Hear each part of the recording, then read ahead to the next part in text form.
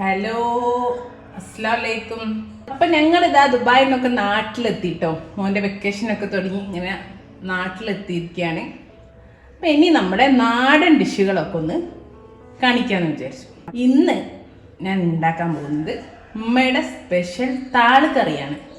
നല്ല ചേമ്പില്ലേ, ചേമ്പും താളും, വലിയ ചേമ്പിൻ്റെ താള് ഇട്ടിട്ടുള്ള കറിയാണ് ഉണ്ടാക്കാൻ പോകുന്നത്.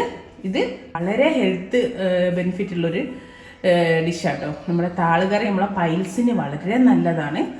സിമ്പിൾ ഒന്നുമില്ല, 10 മിനിറ്റിൻ്റെ ഉള്ളിൽ കറി റെഡിയാക്കാം താള് ഉണ്ടെങ്കിൽ. അപ്പം ഇങ്ങനെ ഉണ്ടാക്കാൻ നോക്കുക. താള് കറി ഉണ്ടാക്കാൻ ഇവിടെ നമ്മൾ 2 ചേമ്പിൻ്റെ താള് എടുത്ത് വെച്ചിട്ടുണ്ട്. ഇളയതായിക്കണേ, എന്നാൽ മാത്രമേ ടേസ്റ്റ് ഉണ്ടാവും. മൂത്തന് ടേസ്റ്റ് ഉണ്ടാവില്ല, ഭയങ്കര കട്ടിയായിരിക്കും. അപ്പം ഇത് ഇപ്പം പറിച്ചിട്ട് കഴുകി വെച്ചതാണ്. ഇനി നമ്മൾ ചെയ്യുന്നത് ഇതേപോലെ ഈ അറ്റത്തുനിന്ന് തൊലി കണ്ടോ, ഇതുപോലെ ഈ താളിൻ്റെ പുറമുള്ള ആ ഒരു തൊലി ഇങ്ങനെ കളഞ്ഞെടുക്കണം കേട്ടോ. പെട്ടെന്ന് തന്നെ കഴിയും. ഇതുപോലെ ഇത് രണ്ടിൻ്റെ ഞാൻ മാറ്റി വെക്കട്ടെ. ഞാൻ കണ്ടോ നന്നായിട്ടത് തൊലി കളഞ്ഞു മുറിച്ചിട്ട് എടുത്തു വെച്ചിട്ടുണ്ടേ. ഇതോടെ ഇനി മാറ്റി വെക്കാം.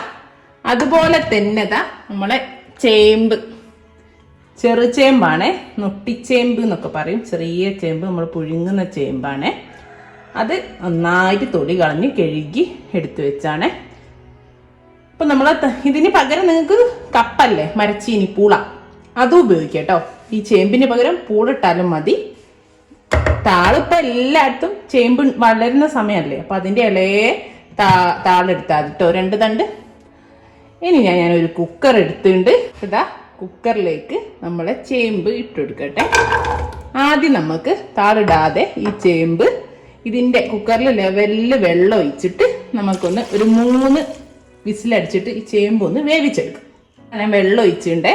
ഞാനിതാ എടുത്ത അളവ് എന്ന് പറഞ്ഞാൽ ഒരു 2.5 കപ്പ. ഈ ഒരു ബൗളില്ലേ, ഈ ഒരു ബൗൾ നിറച്ചും ചെത്തി വലിയ ചേമ്പുള്ളത് അങ്ങ് ചെറുത് കഷ്ണാക്കി ചെറുത് അങ്ങനെ തന്നെ ഇട്ടിട്ടുണ്ട് കേട്ടോ. ഇനി കുക്കർ അടിച്ച് വെച്ചിട്ട് ഒരു 3 വിസിൽ, അപ്പം നന്നായിട്ട് വെന്തോളും. ഇനി ഞാൻ ഒരു മിക്സിൻ്റെ ജാറിൽ 1 കപ്പ് തേങ്ങ, ഒരു 10 പച്ചമുളക്, 2 ചെറിയ ഉള്ളി, അതേപോലെ 2 വെളുത്തുള്ളിൻ്റെ അല്ലി, ഇതെല്ലാം കൂടി കുറച്ച് വെള്ളം ഒഴിച്ചിട്ട് നന്നായിട്ട് അരച്ചെടുക്കാൻ പോവാണ് നമ്മുടെ താള് കറിയിലേക്ക് വേണ്ടിയിട്ട്. നമ്മുടെ കുക്കർ വിസിലൊക്കെ പോയി നമുക്ക് തുറക്കാം. ചേമ്പൊക്കെ നന്നായിട്ട് വെന്ത് കിടക്കുന്നുണ്ട് കേട്ടോ, കണ്ടോ. ഇനി നമ്മൾ തീ ഒന്ന് ഓണാക്കി കൊടുക്കാം. കൂടുതൽ വെള്ളം ഉണ്ടെന്ന് തോന്നുകയാണെങ്കിൽ ഒന്ന് വറ്റിച്ചാളാം.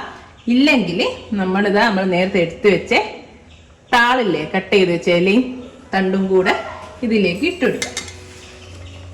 ഇത് പെട്ടെന്ന് വേവും കേട്ടോ. 1 മിനിറ്റ് 2 മിനിറ്റിൻ്റെ ഉള്ളിൽ തന്നെ വേവും. ഇത് വേവുന്ന സമയത്ത് തന്നെ ഇതിനോട് കൂടെ നമുക്ക് ഈ ചേമ്പ് ഒന്ന് ഉടച്ചു കൊടുക്കാം കടയോലോണ്ട്. അപ്പം ചേമ്പ് അങ്ങ് ഒടിഞ്ഞു കൂടും ഇതിൻ്റെ കൂടെ.